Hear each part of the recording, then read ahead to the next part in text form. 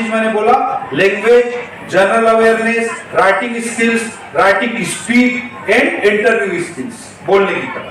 ये 5 चीजों के लिए बच्चों को अभी से तैयार करिए, न केवल आईएएस की एग्जाम में बल्कि जीवन में कुछ भी करेंगे। पानी लाई हूं मुंह धो लो, बीती रात कमल दल फूले, उनके ऊपर भंवरे झूले, चिड़िया चाक उठी पेड़ों पर, बहने लगी हवा अति सुंदर, नभ में न्यारी लाली छाई, धरती ने सुंदर छवि पाई, भोर हुआ सूरज उगाया, ऐसा सुंदर समय न हो मेरे प्यारे अब मत सो। मसूरी एकेडमी में मैं 10 बार लेक्चर देने के लिए गया। उस समय बहुत सारे लोगों को बहुत करीब से समझा। तो आईएएस की एग्जाम में सफल होने के लिए मैं 5 महत्वपूर्ण बिंदुओं को जरूरी मानता हूं, वो मैं आप लोगों के साथ अपने अनुभव के आधार पर जो बिंदु है शेयर करना चाहता हूं। बाकी सब लोग सब आज वही किताब पढ़ रहे हैं, वही नोट्स पढ़ रहे हैं, लेकिन कुछ लोग सफल होते हैं, कुछ लोग असफल होते हैं। इसमें 5 फैक्टर्स का मैं मानता हूं बहुत बड़ा योगदान होता है। मैं अपनी युवा भाई बहनों को कहना चाहता हूं, पहला फैक्टर है लैंग्वेज, भाषा।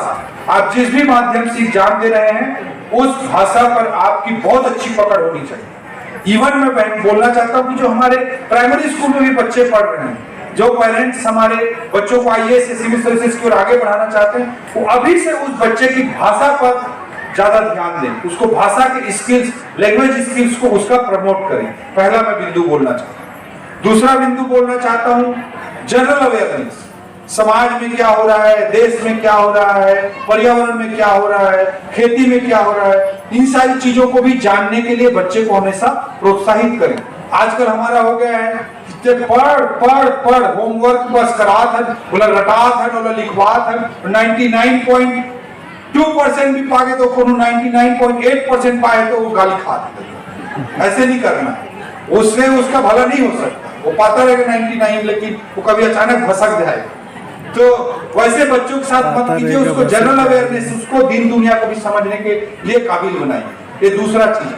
तीसरा चीज मैं मानता हूँ राइटिंग स्किल्स, उसको लिखने की कला में निपुण बनाइए।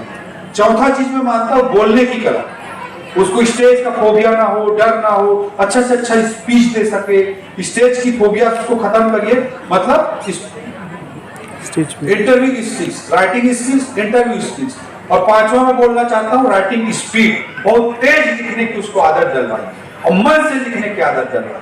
5 चीज मैंने बोला, language, general awareness, writing skills, writing speed and interview skills, बोलने की कला। ये 5 चीजों के लिए बच्चों को अभी से तैयार करिए, न केवल आईएएस की एग्जाम में बल्कि जीवन में कुछ भी करेंगे उसमें वो बड़े सक्सेस के लिए 5 चीज मैं मानता हूं बहुत जरूरी स्किल्स हैं। इसके लिए बच्चों को हमेशा प्रोत्साहित करें।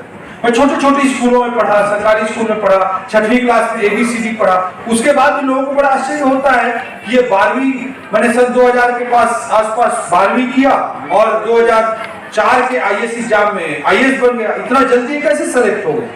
तो अपने अंदर की ताकत को पहचानने से हम जल्दी सक्सेस हो सकते हैं, कहीं भी सक्सेस हो सकते हैं। हम अपने आप के ताकत को नहीं पहचान पाते, इसलिए सारी समस्याएं होती। मैं एक उदाहरण देना चाहूंगा अपने खुद के जीवन के अनुभव के आधार पर।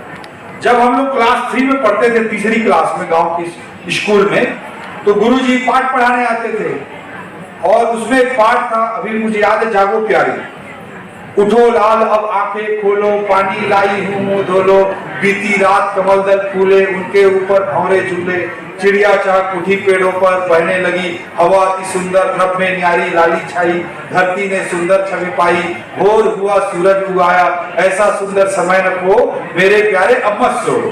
ये जागो प्यारे कविता। बहुत सारे दीदी लोगों को बचपन याद आ गया लग रहा है। तो एक पाठ था, हम लोगों को भी गुरुजी आके पढ़ाए और जब गुरुजी पढ़ाए उसके बाद प्रश्नोत्तर लिखवाते थे ब्लैक बोर्ड में। तो उन्होंने प्रश्नोत्तर लिखवाया, फिर सब बच्चे उसको नोट किए नोट्स में। तो मेरे को घर में बोला जाता था कि रट के नहीं लिखना, अपने मन से लिखना। ऐसे मेरे घर से प्रोत्साहित किया जाता था। किसी बच्चे को इससे अच्छा और क्या चाहिए कि पढ़ने की जरूरत ही नहीं, अपने मन से लिखना बोलना। तो मुझे बड़ी खुशी होती थी। अब फिर हफ्ता 10 दिन बाद टेस्ट हुआ। जब टेस्ट हुआ तो उसमें प्रश्न पूछा, गुरुजी ने लिखा, प्रश्न लिखा कि सुबह जल्दी जल्दी क्यों उठना चाहिए, सुबह जल्दी क्यों उठना चाहिए, ऐसे उसमें प्रश्न आया था। तो मैं याद तो किया नहीं था, घर के आदेशानुसार बहुत खुश था। मैं अपने से लिखना चालू किया, ठीक से हिंदी पूरा लिख नहीं पाता था, आधा हिंदी आधा छत्तीसगढ़ी में लिखता था।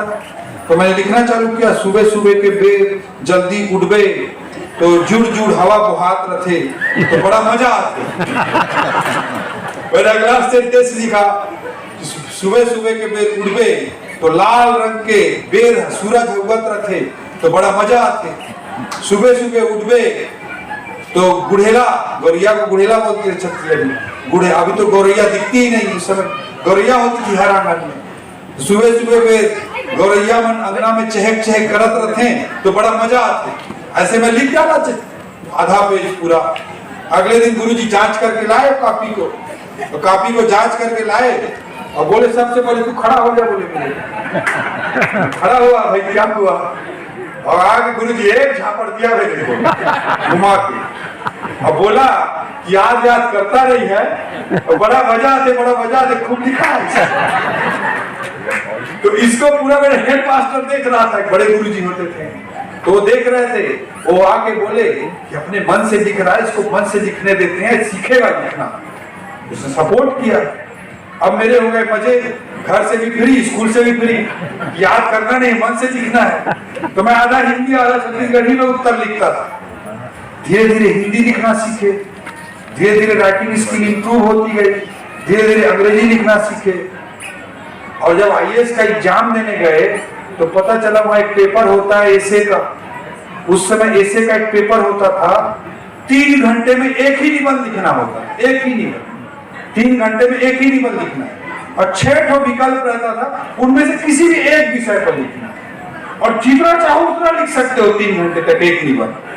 500 शब्द हो कि 3000 शब्द हो कि 5000 शब्द हो कि 10,000 शब्द हो, जितना लिखना चाहो उतना लिख सकते हो।